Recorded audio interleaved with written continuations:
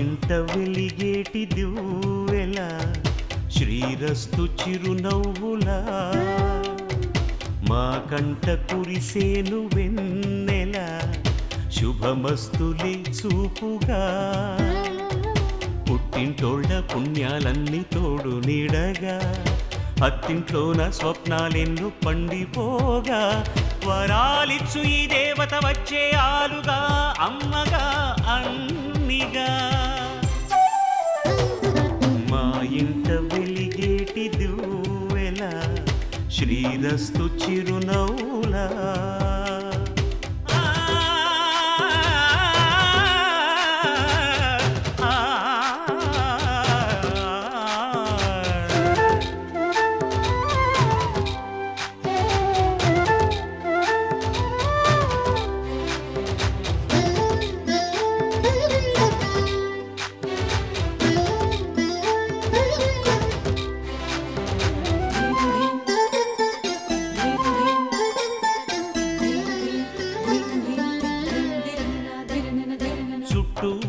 చీకట్లన్నీ కాటుక పెట్టింది తన కష్టాల కన్నీరు తానే తాగింది మాట మాట మంచి చెడ్డ మాలలు కట్టింది తన అమ్మోరి మెళ్ళోన మల్లిగా మారింది సహనంలో భూమాతై సహధర్మంలో సీతై సాగింది ఒంటిగా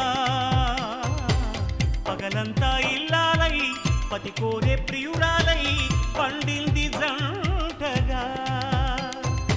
ఆ దేవతే మాకు ప్రేమాంకితం చేసేలి జీవితం ఎన్నడు మా ఇంట వెలిగేటి దివ్వెలా శ్రీరస్తు చిరునవ్వులా మా కంట కురిసేను వెన్నెలా శుభమస్తులే చూపుగా పుట్టింటోళ్ళ పుణ్యాలన్నీ తోడు నీడగా అత్తింట్లోన స్వప్నాలెన్నో పండిపోగా వరాలిచ్చు ఈ దేవత వచ్చే ఆలుగా అమ్మగా అన్నిగా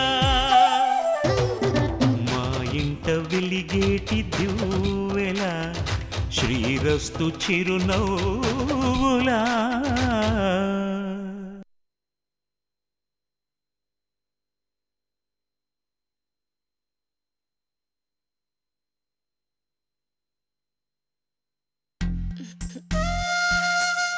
ప్రియకి స్పృహ వచ్చినట్లుంది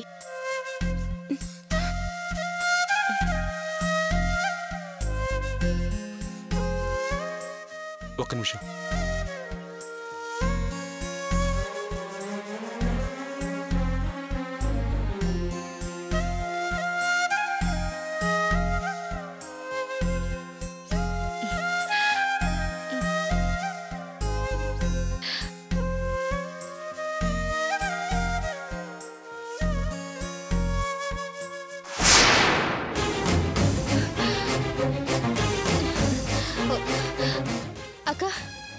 ఎలా వచ్చాను?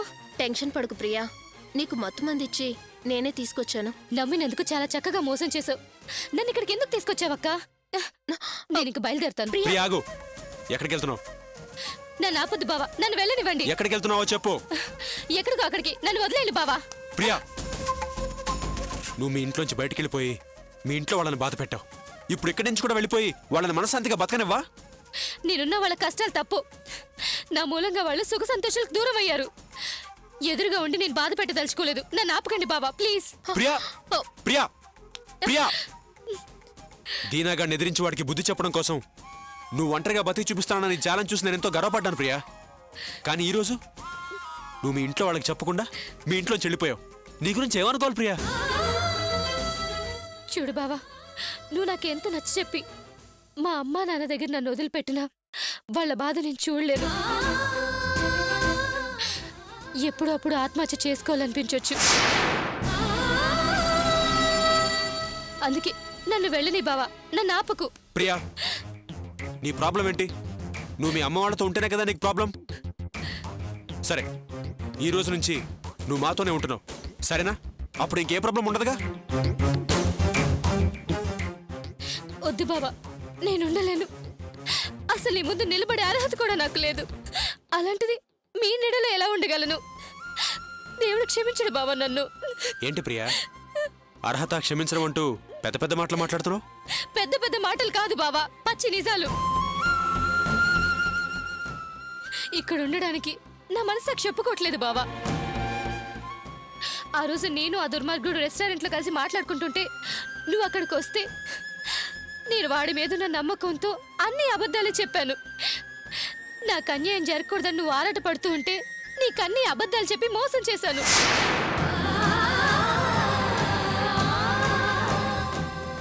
వాడు దుర్మార్గుడని, నాకే ప్రమాదం జరుగుతుందని నువ్వు అనేక విషయం చెప్తే నేను వాడి మోజులో పడి మా మధ్య ఎలాంటి సంబంధం లేదని కర్పూరం ఆర్పి మరీ ప్రమాణం చేసి మిమ్మల్ని తప్పుడు మనిషిని చేశాను.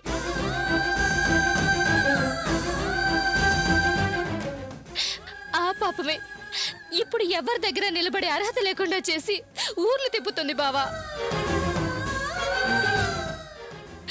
నాలాంటి దుర్మార్గురాలకి ఇలాంటి శిక్ష పడాల్సిందే.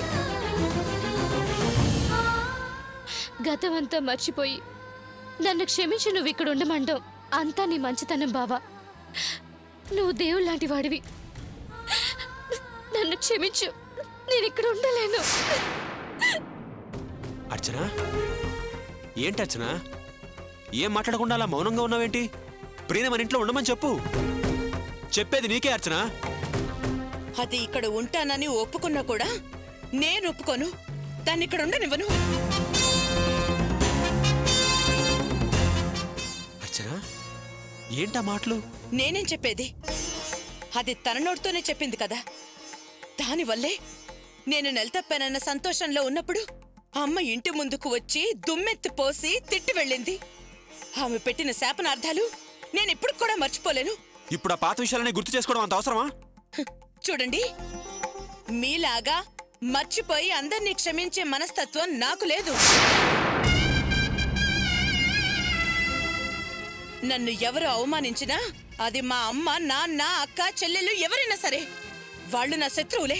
నేను వాళ్ళని క్షమించను. అర్చన, నీకేమన్నా పిచ్చా? శత్రువా? ప్రియ నీ సొంత చెల్లెలు, తన నీకు శత్రువా? ఏం మాట్లాడుతున్నావు అర్చన? అరే, ఎవరో ముక్కు మొహం తెలియని ఓ గర్భిణీ స్త్రీ కోసం వాసు వాళ్ళమ్మని ఇంట్లోంచి బయటికి గెంటేశావు. అలాంటిది నీ సొంత చెల్లెలు నీ గుమ్మలో నుంచుంది అర్చన. తన లోపల రమ్మని చెప్పు, మనతో ఉండమని చెప్పు అర్చన. ఎందుకంత ఆలోచిస్తున్నావు?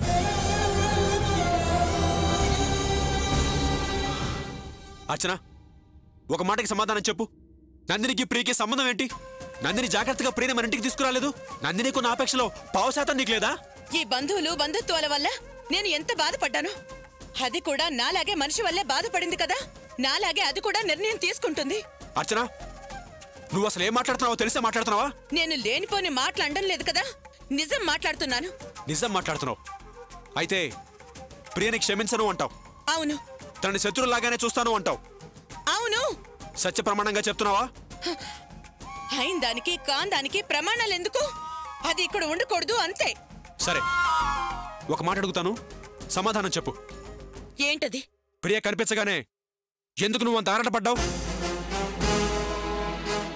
ప్రకటనలు చూసి ఎందుకంత కంగారు పడ్డావు?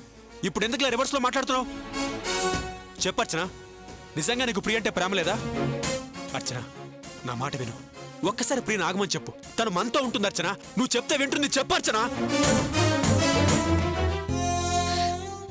బావా, నా మూలంగా మీరు పడ్డ అవమానాలు, కష్టాలు చాలు. మళ్ళీ నా కోసం మీరు వాటిని ఫేస్ చేయొద్దు. నేను వెళ్తాను. నన్ను ఇక్కడ ఉండమన్నందుకు చాలా థ్యాంక్స్ అక్క. నేను నిన్నే తప్పుగా అనుకోను. నువ్వు అనే మాటల్లో న్యాయం ఉంది. వస్తానక్క. ప్రియా,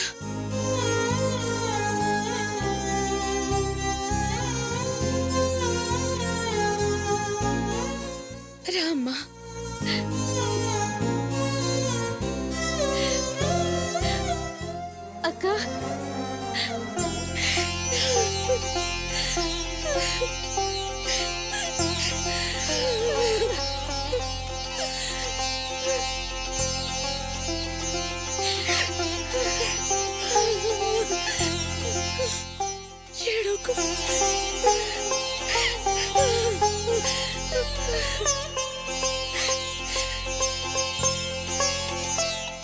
వాసు వాళ్ళమ్మ మరీ ఇంత స్వార్థపరురాలా? నువ్వెందుకు ఒప్పుకున్నా గోపి? వింటున్నా నేనే తట్టుకోలేకపోతున్నాను. ఎలా తట్టుకున్నానో నాకే అర్థం కావట్లేదు నందిని. నాకు ఆ దేవుడే సహాయం చేశాడు. సరే ప్రియా, నీ విషయంలో అంతా హ్యాపీగా జరగాలని ఆశిస్తున్నాను. నేను నీకే ద్రోహం చేయలేదన్న విషయం ముందు ముందు నువ్వే తెలుసుకుంటావు. మరి నేను ఇక బయలుదేరతాను. నందిని, దీని మీదున్న కోపంతో నీతో సరిగ్గా మాట్లాడలేదు, క్షమించు. భలే దానివే, క్షమించడం ఏంటి అర్చన? నీ బాధ నేను అర్థం చేసుకోగలను. No problem. ఇక నేను బయలుదేరతాను. ఆరోగ్యం జాగ్రత్త ప్రియా. వస్తాను గోపి.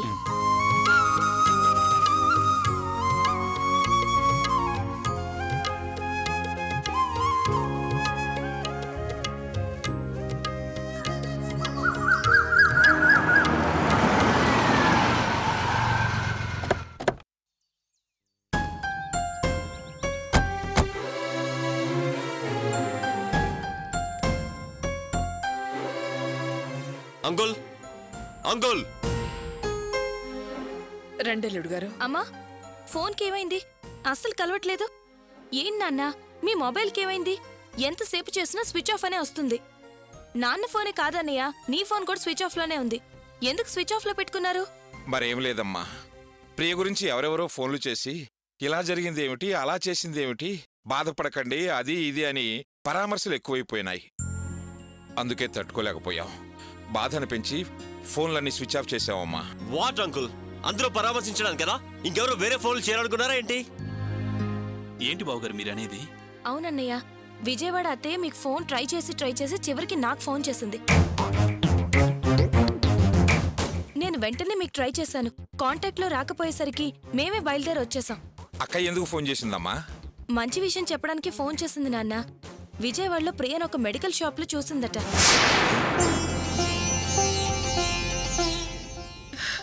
ఏంటి, ప్రియ మీ అత్తయ్య ఇంట్లో ఉందా? అత్తయ్య ఇంట్లో లేదమ్మా. మరి కానీ అది విజయవాడలో ఉంది. అత్తయ్య మావయ్య దాన్ని చూసారట, కానీ ప్రియ వాళ్ళని చూడకుండా వెళ్ళిపోయిందట. దానికోసం వాళ్ళు వెతుకుతున్నారు, కానీ వాళ్ళకి దొరకలేదు. ఆ విషయం మీకు చెప్పాలని ఫోన్ చేసిందట. మంచి కబురు చెప్పావమ్మా. రే, ఫోన్లన్నీ ఆన్ చేసి పెట్టండి. ఒరే వినోద్, అత్తయ్యని మావయ్యని కలిసి ఎలాగైనా ప్రియని వెతికి ఇంటికి తీసుకురారా. సరే అమ్మా. అవును వినోద్, మీ అమ్మ చెప్పేది కరెక్టరా. నువ్వు వెంటనే బయలుదేరి విజయవాడ వెళ్ళరా. అలాగే నాన్న. నన్ను రమ్మంటా వినోద్? వద్దు బావగారు, ప్రియ ఉన్న ఊరు తెలిసిపోయింది కదా. అత్తయ్య మామయ్య ఉన్నారు కదా, మీ పని ఎందుకు చెడగొట్టుకుంటారు? నేనే వెళ్ళి ఎలాగైనా వెతికి దాన్ని తీసుకొస్తాను. ఓకే. రే, ప్రియ కనపడగానే మాకు ఫోన్ చేసి చెప్పు. సరే నాన్న.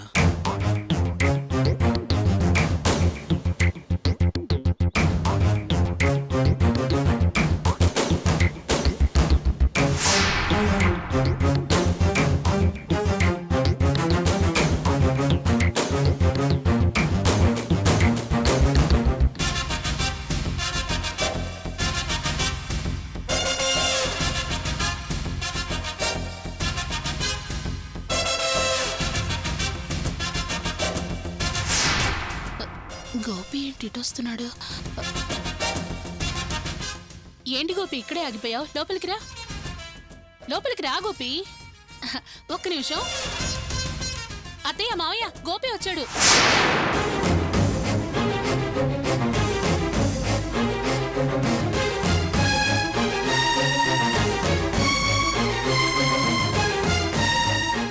కావ్య, మారస్, మీరెప్పుడొచ్చారు?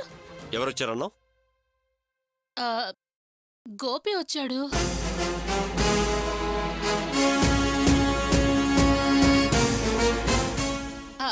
అత్తయ్య రండి అత్తయ్య, గోపి వచ్చాడత్తయ్య. రండి మావయ్య. పదవరలక్ష్మి.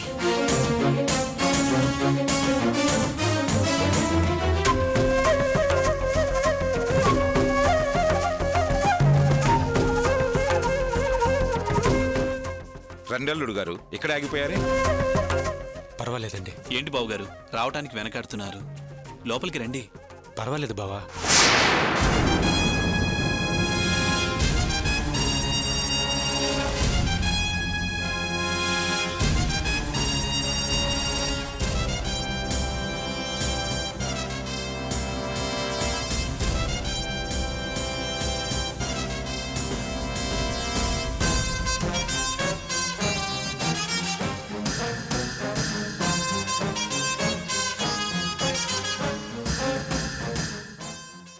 గోపి అక్కడే నిలబడిపోయావు? లోపలికి రా.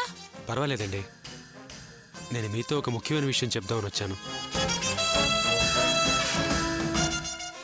ఏంటల్లుడు గారు, గుమ్మం దాకా వచ్చి లోపలికి రానంటారే, బయట నుంచి బయటే వెళ్తామంటారే? మీతో ఒక ముఖ్యమైన విషయం చెప్పాలి. ప్రియ ఉండే చోటు తెలిసింది. తెలిసిందా? ఎలా? ఎవరు చెప్పారు? విజయవాడలో ఉండే మా అక్కయ్య చెప్పింది. ప్రియను ఒక మెడికల్ షాప్లో చూసిందట. వెంటనే మాకు ఫోన్ ట్రై చేస్తే మేము దొరకలేదు. ఆమె ఆ విషయం కావ్యకు ఫోన్ చేసి చెప్తే వాళ్ళు ఆ విషయం చెప్పడానికి ఇక్కడికి వచ్చారు. అవును బాబు గారు, నేను ప్రియని వెతకడానికి విజయవాడ బయలుదేరుతున్నాను. బావా, నువ్వు విజయవాడ వెళ్ళక్కర్లేదు. ఎందుకంటే ప్రియ ఇప్పుడు అక్కడ లేదు. ఏంటి? ప్రియ అక్కడ లేదా? అవును మావయ్య గారు, ప్రియ ప్రస్తుతం నా ఇంట్లోనే ఉంది.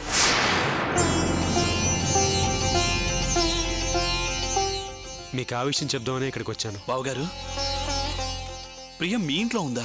అవును బావా, రాత్రి నందిని విజయవాడ నుంచి ప్రియని తీసుకొచ్చింది. అసలు ఏం జరిగిందంటే,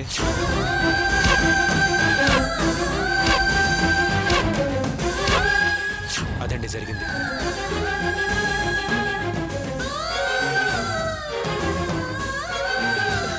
ఏమండి, వెంటనే వెళ్ళి ప్రియని మన ఇంటికి తీసుకొద్దామండి. వద్దత్తయ్య గారు, దయచేసి మీరు మా ఇంటి దగ్గరికి రావద్దు. కడుపుతో ఉన్న కూతురు నా మూలంగా ఇల్లు వదిలి వెళ్ళిపోయింది అని నేను తల్లడిల్లిపోతున్నాను. అది ఉండే చోటు తెలిసి వెళ్ళి కాళ్ళు చేతులు పట్టుకుని బతిలాడి ఇంటికి తీసుకొద్దామనుకుంటే మీరొద్దంటున్నారే. అత్తయ్య గారు, జరిగిందంతా మీకు చెప్పా కదా. ప్రియ మీ మీద చాలా కోపంగా ఉంది. మీరెక్కడికి వస్తే మళ్ళీ తను మా ఇంటి నుంచి కూడా వెళ్ళిపోయే ప్రమాదం ఉంది. అదేగాక నేను ఇక్కడికి వచ్చినట్టుగా ప్రియకి తెలీదు, తెలియకూడదు కూడా. తెలియడం కూడా మంచిది కాదు. అందుకే చెప్తున్నాను అత్తయ్య గారు, మీరు దయచేసి అక్కడికి రావద్దు. ప్రియ మనసు కుదుటపడిన తర్వాత నేనే మీకు చెప్తాను. అప్పటిదాకా ప్రియని నేను మా ఇంట్లో జాగ్రత్తగా చూసుకుంటాను. తను నా సొంత మరదలండి. ప్రియ కనిపించట్లేదని మీరందరూ కంగారు పడతారని ఈ విషయం మీకు చెప్పేద్దామని వచ్చాను. అంతే. వస్తానండి. అల్లుడు గారు,